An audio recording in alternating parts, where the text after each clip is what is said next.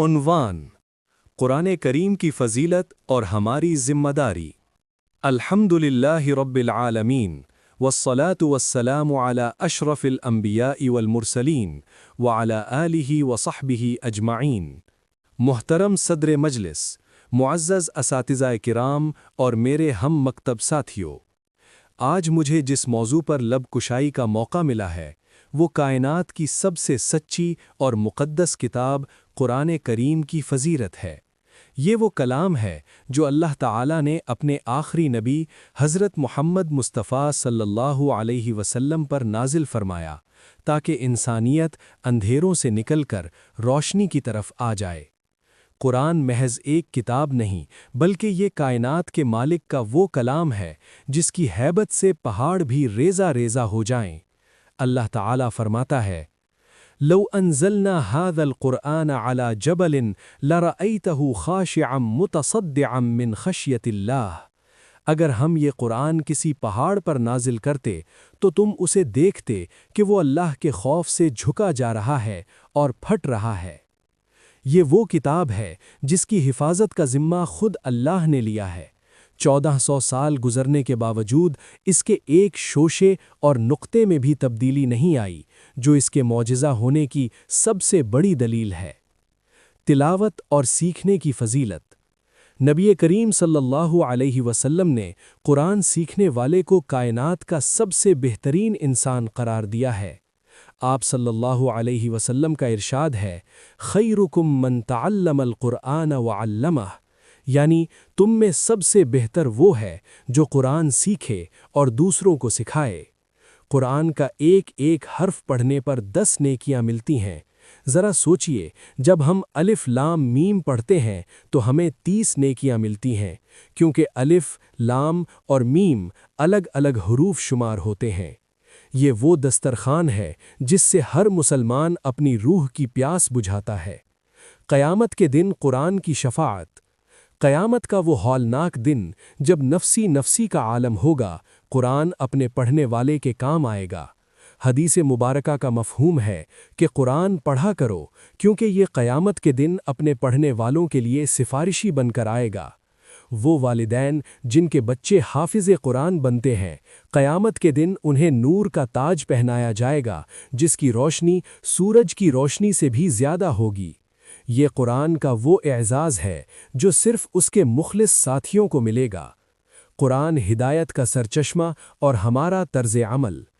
صرف تلاوت ہی کافی نہیں بلکہ قرآن کا اصل مقصد ہدایت ہے۔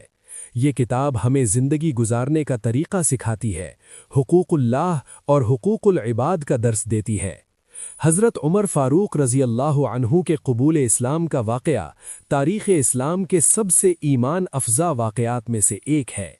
یہ واقعہ اس بات کی بہترین دلیل ہے کہ قرآن کریم کے الفاظ میں کتنی تاثیر ہے جو پتھر دل انسانوں کو بھی موم کر دیتی ہے۔ حضرت عمر رضی اللہ عنہ کے قبول اسلام کا پس منظر۔ حضرت عمر رضی اللہ عنہ اسلام قبول کرنے سے پہلے مسلمانوں کے سخت ترین دشمنوں میں شمار ہوتے تھے۔ ایک روز نعوذ باللہ نبی کریم صلی اللہ علیہ وسلم کو قتل کرنے کے ارادے سے تلوار لے کر گھر سے نکلے۔ راستے میں نعیم بن عبداللہ سے ملاقات ہوئی، جنہوں نے پوچھا: عمر کہاں کا ارادہ ہے؟ انہوں نے کہا کہ آج محمد صلی اللہ علیہ وسلم کا قصہ ختم کرنے جا رہا ہوں۔ نعیم بن عبداللہ نے کہا: پہلے اپنے گھر کی خبر لو، تمہاری بہن فاطمہ اور بہن لوئی سعید بن زید بھی اسلام قبول کر چکے ہیں۔ یہ سن کر عمر غصے میں تل ملاتے ہوئے اپنی بہن کے گھر پہنچے۔ وہاں صحابی رسول حضرت خباب بن ارت انہیں قرآن کریم کی سورہ طٰہٰ کی تلاوت کروا رہے تھے۔ حضرت عمر کی آہٹ سن کر خباب چھپ گئے اور بہن نے صحیفہ چھپا لیا۔ حضرت عمر نے گرج کر پوچھا: یہ کیسی آواز تھی؟ اور غصے میں اپنے بہن لوئی کو مارنے لگے۔ جب بہن بچانے آئیں تو انہیں بھی زخمی کر دیا۔ بہن کے چہرے سے بہتے خون نے عمر کے دل کو تھوڑا نرم کیا۔ انہوں نے کہا کہ مجھے وہ دکھاؤ جو تم پڑھ رہے تھے۔ بہن نے کہا کہ آپ ناپاک ہیں اور اسے صرف پاک لوگ چھو سکتے ہیں۔ حضرت عمر نے غسل کیا اور جب قرآن کریم یعنی سورہ طٰہٰ کی ابتدائی آیات پڑھیں: طٰہٰ ما انزلنا علیک القرآن لتشقی، ترجمہ: طٰہٰ، ہم نے آپ پر یہ قرآن اس لیے نازل نہیں کیا کہ آپ مشقت میں پڑ جائیں۔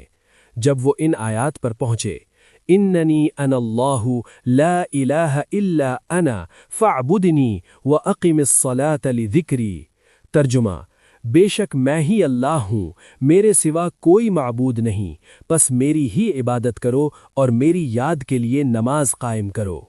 قرآن کے ان الفاظ نے عمر کے دل کی دنیا بدل دی۔ وہ پکار اٹھے، کتنا کلام الہی، کتنا خوبصورت اور کتنا معزز ہے۔ اسی وقت حضرت خباب باہر آئے اور کہا، اے عمر، مبارک ہو، مجھے امید ہے کہ اللہ کے نبی نے کل جو دعا مانگی تھی وہ تمہارے حق میں قبول ہو گئی ہے۔ نبی کریم صلی اللہ علیہ وسلم نے دعا فرمائی تھی، اے اللہ، عمر بن خطاب یا ابو جہل میں سے کسی ایک کے ذریعے اسلام کو عزت دینا۔ حضرت عمر اسی وقت تلوار لٹکائے دار ارقم پہنچے، جہاں نبی کریم صلی اللہ علیہ وسلم تشریف فرما تھے۔ جب صحابہ نے انہیں آتے دیکھا تو ڈر گئے، لیکن اللہ کے نبی نے فرمایا، آنے دو۔ آپ نے حضرت عمر کا دامن پکڑ کر پوچھا، عمر، کس ارادے سے آئے ہو؟ حضرت عمر نے عرض کیا، یا رسول اللہ، میں اللہ اور اس کے رسول پر ایمان لانے آیا ہوں۔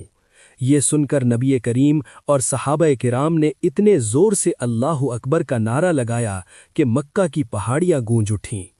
تقریر کے لیے سبق۔ معلوم ہوا کہ قرآن صرف الفاظ کا مجموعہ نہیں بلکہ دلوں کو بدلنے والی طاقت ہے۔ قرآن دشمن کو بھی دوست اور باطل کو حق کا سپاہی بنا دیتا ہے۔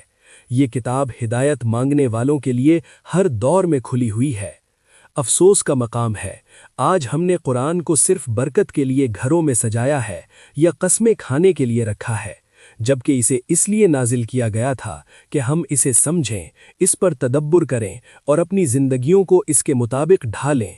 علامہ اقبال نے کیا خوب کہا تھا، وہ معزز تھے زمانے میں مسلمان ہو کر، اور تم خوار ہوئے تارک قرآن ہو کر۔ آخر میں اپنی بات اس دعا پر ختم کرتا ہوں کہ اللہ تعالی ہمیں قرآن کریم سے سچی محبت کرنے، اس کی تلاوت کرنے، اسے سمجھنے اور سب سے بڑھ کر اس پر عمل کرنے کی توفیق عطا فرمائے۔ آمین۔ وآخر دعوانا ان الحمد للہ رب العالمین۔